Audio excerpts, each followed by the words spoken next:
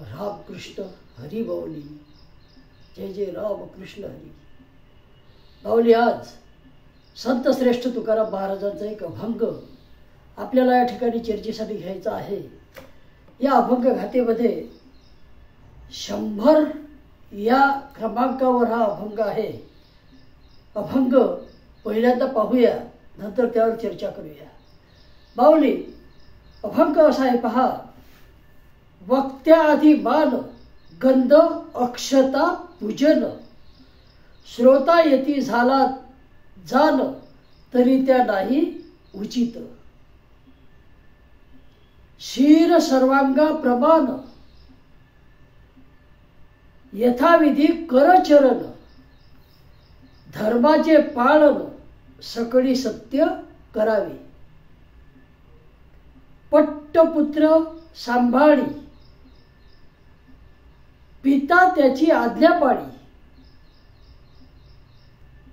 प्रमाण सकळी ते मर्यादा करावी. वरासनी पाषाण तोन मानावा सामान्य, वरासनी पाषाण तोन मानावा सामान्य. येर उपकरणे सोन्याची परी नीच.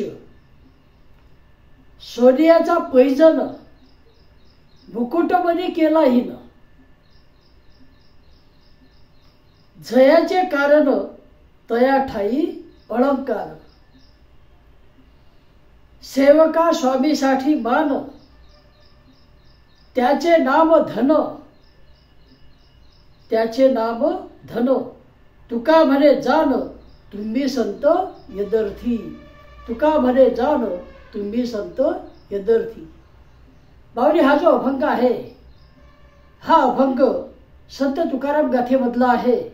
आणि संत तुकाराम महाराजांनी या अभंगामध्ये काय सांगितलेलं आहे ते आपल्याला आता पाहायचं आहे. पहिल्या चरणामध्ये तुकाराम महाराज म्हणतात, वक्त्याआधी मान गंध अक्षता पूजन, श्रोता येती झाला जाण, तरी त्या नाही उचित. वक्ता जो असतो व्यासपीठावर विराजमान, जो परमार्थिक गोष्टी आपल्याला सांगणारा असतो, प्रवचनकार असेल, कीर्तनकार असेल, तर त्याचा मान सर्वात मोठा असंच तुकोबाराय म्हणतात. मग श्रोत्यांमध्ये कितीही मोठी व्यक्ती बसलेली असू दे, सर्वात अगोदर गंध अक्षता आणि पूजनाचा जो मान आहे तो कोणाचा आहे? वक्त्याचा आहे. त्या व्यासपीठ सांभाळणारचा आहे, व्यासपीठावर जो बसलेला आहे त्याचा आहे. आपल्या सभांमधून सुद्धा पाहतो आपण, कार्यक्रमाचे जे अध्यक्ष असतात त्या अध्यक्षांचं स्वागत पहिल्यांदा आपण करत असतो. आणि नंतर मग प्रमुख पाहुणे जे किती मोठे असले तरी त्यांचा मान हा नंतर, त्यांचं स्वागत हे नंतर केलं जाते. हे आपल्या सर्वांना माहिती आहे. तसंच संत तुकोबाराय म्हणतात. पुढे सांगतात महाराज, शीर सर्वांगा प्रमाण, यथाविधी करचरण, धर्माचे पालन सकळी सत्य करावे. शीर सर्वांगा प्रमाण, सर्वात महत्वाचं काय आहे तर डोकं, शीर. आणि शीर का महत्वाचं आहे? कारण डोक्यावर 2 डोळे आहेत, कान आहे, नाक आहे, तोंड आहे, हे ज्ञानेंद्रिय तर आहेतच. त्याचबरोबर डोक्याच्या आत या सर्व शरीरावर नियंत्रण ठेवणारा जो मेंदू आहे तो सुद्धा डोक्याच्या आत आहे. आणि मेंदू सर्वात महत्वाचा आहे. आणि हाच सर्व शरीरावर नियंत्रण ठेवत असतो, आपल्या सर्व क्रियांवर. एवढंच नाही तर आपल्या विचारांवर नियंत्रण ठेवण्याचं काम सुद्धा मेंदू करत असतो. आणि म्हणून शीर हे सर्वांगामध्ये प्रमाण आहे. सर्वात महत्वाचं काय आहे तर डोकं सर्वात महत्वाचं आहे माऊली, डोकं. आणि तेच संत तुकाराम महाराजांना सांगायचं आहे, डोकं सर्वात महत्वाचं. आपल्याला माहिती आहे, स्टीफन हॉकिंग नावाचा शास्त्रज्ञ होता. स्टीफन हॉकिंग जे 1942चा त्यांचा जन्म होता आणि 2018 मध्ये त्यांचा मृत्यू झाला. म्हणजे 74 वर्ष ते जगले. आणि स्टीफन हॉकिंग यांना वयाच्या 21व्या वर्षीच एक दुर्धर असा आजार झाला. तो आजार होता मोटॉर न्यूरॉन ज्यामध्ये ह्या ज्या नर्व्ज आहेत याचं हळूहळू डिजेनरेशन होते, त्या नष्ट होतात आणि यामध्ये मग काही कालावधीनंतरच हे जे स्टीफन हॉकिंग आहेत त्यांना हालचाल करणं अशक्य झालं. ते हातापायाची कशाचीच हालचाल करू शकत नव्हते. मग पुढे त्यांना निमोनिया झाला, त्यामध्ये स्वरयंत्राचं सुद्धा ऑपरेशन करावं लागलं, त्यात आवाज सुद्धा त्यांचा गेला आणि मग त्यांच्यासाठी एक स्पेशल मशीन व्हाईस सिंथेसायझर संगणक त्यांना मिळाला आणि त्याच्या सहाय्यानं मग त्यांनी आपले विचार व्यक्त केले, वेगवेगळे पुस्तकं लिहिले आणि त्यांनी लिहिलेले जे पुस्तकं आहेत ते जगभरामध्ये सर्वात जास्त विकल्या जाणारे पुस्तक आहेत. सर्वात जास्त विकले जाणारे पुस्तकं हे यांनी लिहिलेले आहेत. त्याचबरोबर स्टीफन हॉकिंग यांनी विश्वाची निर्मिती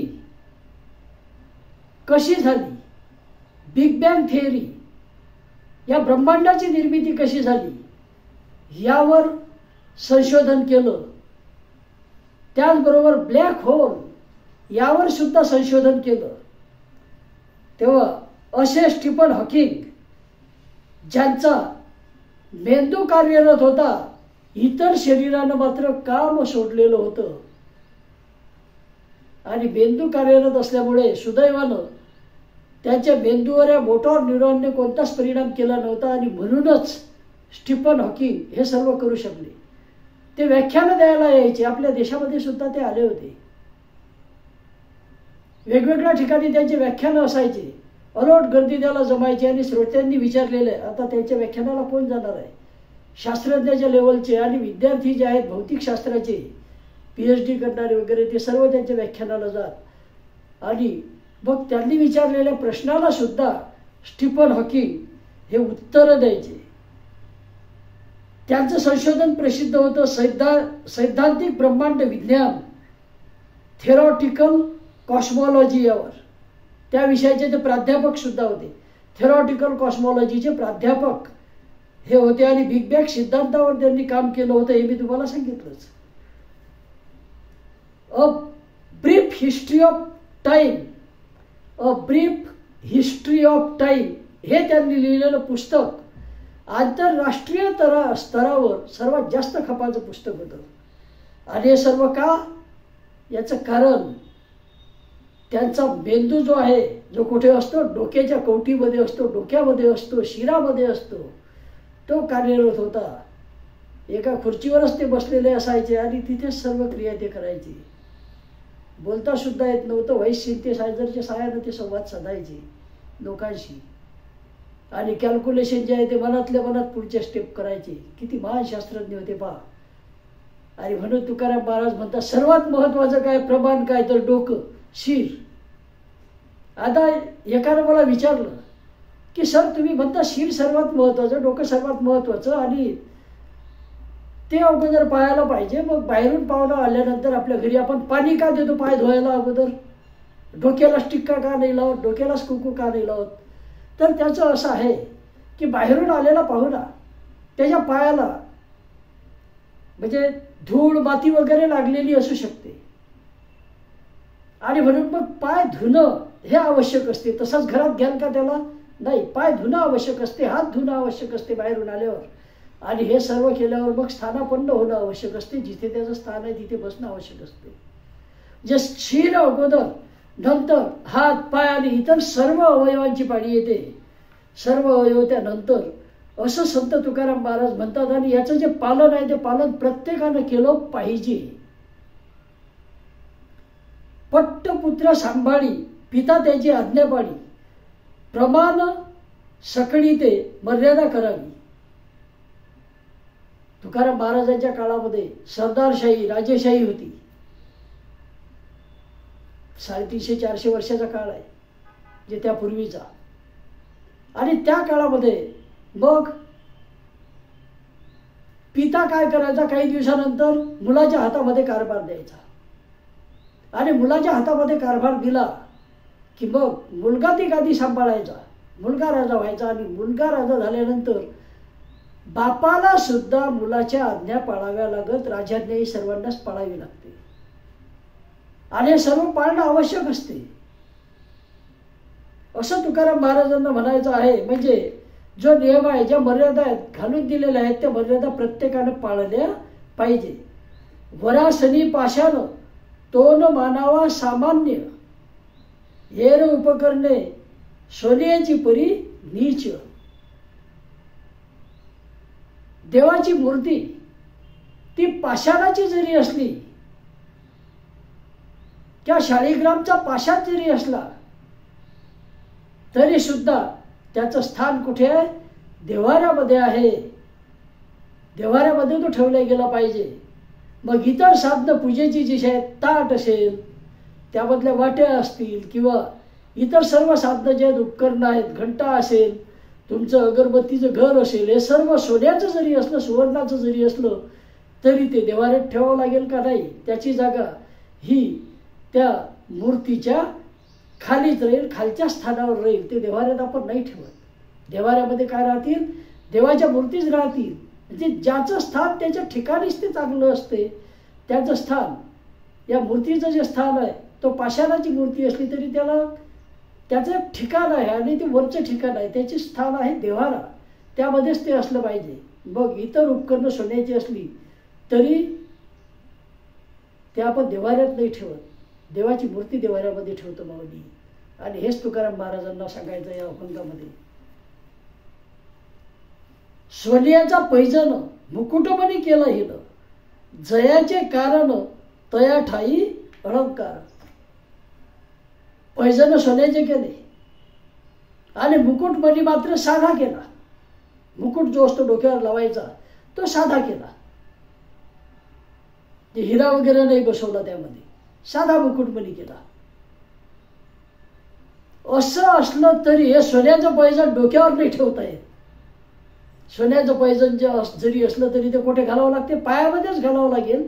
आणि मुकुटामध्ये बसवलेला मणी मग तो ही न असला, सोन्यात म्हणजे हिऱ्याचा वगैरे नसला तरी सुद्धा तो कुठे ठेवावा लागतो? तो डोक्यावरच राहील.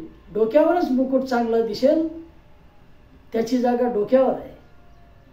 आणि मुकुट जो आहे तो डोक्यावर आहे म्हणून त्यामधला मणी सुद्धा कुठे जाईल? आपण डोक्यावर जाईल. आणि हेच संत तुकाराम महाराजांना सांगायचं आहे की ज्याचं जे स्थान असेल त्याच ठिकाणी तो चांगला दिसतो, शोभून दिसतो.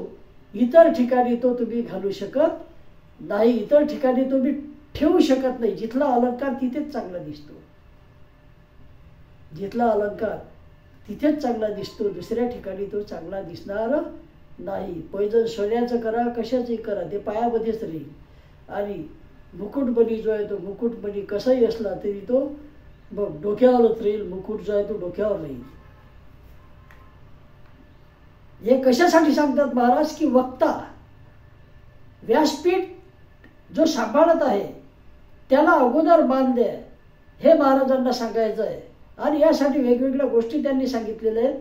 त्याचबरोबर या देवाच्या मूर्तीबद्दल सुद्धा त्यांनी सांगितलेलं आहे. मूर्ती पाषाणाची असली तरी तिचं स्थान देव्हाऱ्यामध्ये आहे, वरचं स्थान आहे, पूजनीय स्थान आहे.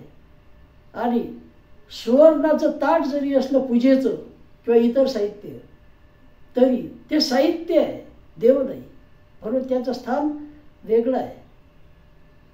ते खालीच राहणार आहे, देव्हाऱ्यामध्ये नाही राहणार माऊली. पुढे महाराज म्हणतात, सेवका स्वामीसाठी मान, सेवका स्वामीसाठी बाण, त्याचे नाम त्याचे धन, तुका म्हणे जाण तुम्ही संत यदर्थी. सेवक, सेवकाला मान मिळतो. कशामुळे मिळतो? तर त्याचा जो स्वामी आहे, त्याचा जो मालक आहे, तो मालक मोठा आहे. आणि मोठ्या मालकाच्या घरी सेवा करणारा जो आहे त्याला सुद्धा मान मिळतो.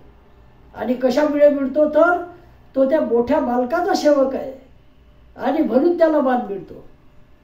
हेच तुकाराम महाराजांना म्हणायचं आहे की संतजन हो, मी सुद्धा तुमचा सेवक आहे आणि त्यामुळे मला मान मिळतो. मी कोणी मोठा नाही आणि तुमचं नाव हेच माझं धन आहे, हीच माझी संपत्ती आहे. याचं एक चांगलं उदाहरण आपल्याला देता येईल एका शास्त्रज्ञाच्या जीवनामधलं. अल्बर्ट आइन्स्टाईन नावाच्या शास्त्रज्ञाचं नाव तुम्ही ऐकलं असेल. तेच ते थिअरी ऑफ रिलेटिव्हिटीवाले सापेक्षतावादाचा सिद्धांत. आता हा सिद्धांत इतका कठीण आहे की तो त्या काळामध्ये काय या काळामध्ये सुद्धा माझ्यासारख्याला समजणारच नाही, परंतु अजूनही बऱ्याचशा शास्त्रज्ञांना सुद्धा पूर्णपणे त्याचं आकलन झालं नाही. त्यांनी मांडलेलं समीकरण अल्बर्ट आइन्स्टाईननी E=mc². इथे सी म्हणजे प्रकाशाचा वेग. प्रकाशाचा वेग सेकंदाला 3 लाख किलोमीटर आहे. आणि हा वेग किती आहे पहा. पृथ्वीभोवती साधारणतः 7.5-8 प्रदक्षिणा एका सेकंदामध्ये प्रकाशाच्या वेगानं कोणी गेलं तर घालू शकतो. एवढा प्रचंड तो वेग आहे.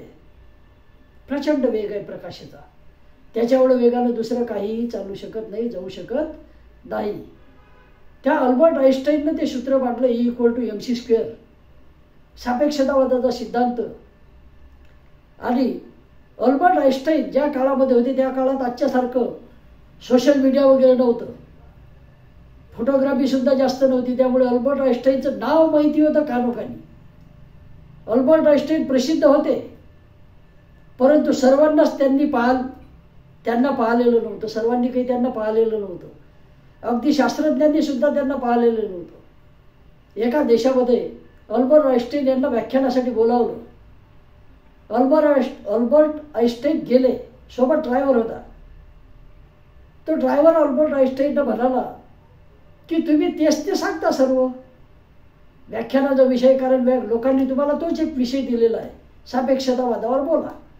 मग सापेक्षतावादावर तुम्ही जे बोलता ते मी बोलू शकतो, कारण तुमच्या व्याख्यानात हा जो होता त्याचा मित्र आणि ड्रायव्हर सुद्धा हा सतत त्यांच्यासोबत असायचा.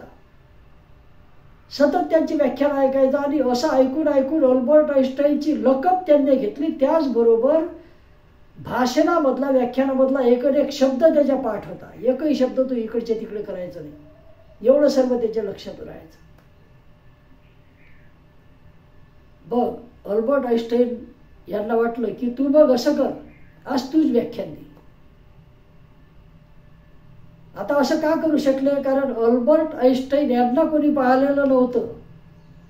आयोजकामधली कोणी पाहिलेलं नव्हतं आणि श्रोत्यांमधली कोणीच पाहिलेलं नव्हतं. बघ, त्या ठिकाणी अल्बर्ट आइन्स्टाईन बाहेर थांबले, मागच्या खुर्चीवर बसले सर्वात, आणि समोर त्यांचा हा सेवक बसला आणि यानं व्याख्यान सुरू केलं. पूर्ण व्याख्यान झालं आणि व्याख्यान झाल्यानंतर मग प्रश्नांच्या उत्तरांची पाळी आली. प्रश्न विचारले जायला लागले. बघ, हा घागरला आणि त्याच्या डोक्यामध्ये एक आलं की तो म्हणाला, हे प्रश्न तुमचे सोपे आहेत, या प्रश्नांच्या उत्तरासाठी मला स्वतःला त्रास घेण्याची गरज नाही. याचे उत्तर माझा ड्रायव्हर सुद्धा देऊ शकतो, माझा सेवक सुद्धा देऊ शकतो. अल्बर्ट आइन्स्टाईन यांनी समोर आले आणि मग त्यांनी त्या प्रश्नाची उत्तरं दिले श्रोत्यांचे. आता हे प्रश्न आणि उत्तर इतके कठीण होते की तो जो सेवक होता त्याच्या लक्षात आलं की आपण किती घोर चूक केली. आपण याची बरोबरी काय करायला गेलो. हा महान आहे, बालक आहे, आणि आपण याचा सेवक मला त्या मानानं 1% माहिती नाही जेवढं माझ्या मित्राला माहिती आहे. या सर्व श्रोत्यांसमोर सेवकानं अल्बर्ट आइन्स्टाईनची माफी मागितली आणि सर्वांना सांगितलं की हे खरे आइन्स्टाईन, मी तर याचं सेवक आहे, मला हे फक्त पाठ झालं आणि म्हणून मी तर तुमच्या समोर परत बोललो. आम्ही सुद्धा आज काय बोलतो तर संत तुकोबारायांनी अभंग लिहून ठेवले. या अभंगावरच कितीतरी लोक बोलतात, दररोज बोलत असतात. मी प्रयत्न करतोय बोलण्याचा, त्याचा अर्थ समजून घेण्याचे आपण प्रयत्न करतो. कितपत आपल्याला समजते म्हणजे मला समजते हे माहिती नाही, परंतु प्रयत्न हा प्रत्येकाने केला पाहिजे. तेव्हा संत असतात आणि आपण त्यांचे सेवक आहोत. संत तुकाराम महाराज सुद्धा म्हणतात, संतजन हो तुम्ही माझ्यासाठी बालक आहात आणि मी तुमचा सेवक आहे, आणि म्हणून तुमचं नाव हेच आमचं धन आहे, तुम्हीच आमची संपत्ती आहात. रामकृष्ण हरी माऊली, रामकृष्ण हरी. आणि तुकाराम महाराज म्हणतात, संत जन हो, तुमचं स्थान आमच्या हृदयामध्ये आहे आणि ते आम्ही सतत तसंच ठेवू. आमच्या जीवनामध्ये तुमचं स्थान हे खूप वरचं आहे. आणि यासाठी हे सांगण्यासाठी महाराजांनी असे वेगवेगळे उदाहरणं दिलेले आहेत. अभंग परत एकदा जर आपण पाहिला तर याचा आपण जे चर्चा केली अर्थाची त्यापैकी बरंचसं आपल्याला समजेल. वक्त्या आधी मान, गंध अक्षता पूजन, श्रोता येती झाला जाण, तरी त्या नाही उचित, शीर सर्वांगा प्रमाण, यथाविधी कर चरण, धर्माचे पालन, सकळी सत्य करावे, पट्टपुत्र सांभाळी, पिता त्याची आज्ञा पाळी, प्रमाण सकळी मर्यादा ते करावी, वरासनी पाषाण, तोन मानावा सामान्य, येर उपकरणे सोन्याची परी नीच, सोन्याचा पैजन मुकुटमणी केला हिन, सोन्याचा पैजन मुकुटमणी केला हिन, जयाचे कारण तया ठाई अलंकार, सेवका स्वामीसाठी मान, सेवका स्वामीसाठी मान, त्याचे नाम त्याचे धन, तुका म्हणे जाण संत यदर्थी, तुका म्हणे जाण संत यदर्थी. त्या असा हा संत तुकाराम महाराजांचा अतिशय प्रसिद्ध आणि अर्थपूर्ण असा अभंग आहे जो आपण आज चर्चेसाठी घेतला होता माऊली. आणि या अभंगावर आपण चर्चा केली. हा अभंग याचा अर्थ समजून घेण्याचा प्रयत्न केला. चुकलं असेल तर क्षमा करा आणि बरोबर असेल तर माझ्या चॅनलला लाईक आणि सबस्क्राईब करायला विसरू नका. रामकृष्ण हरी माऊली. रामकृष्ण हरी. जय जय रामकृष्ण हरी. रामकृष्ण.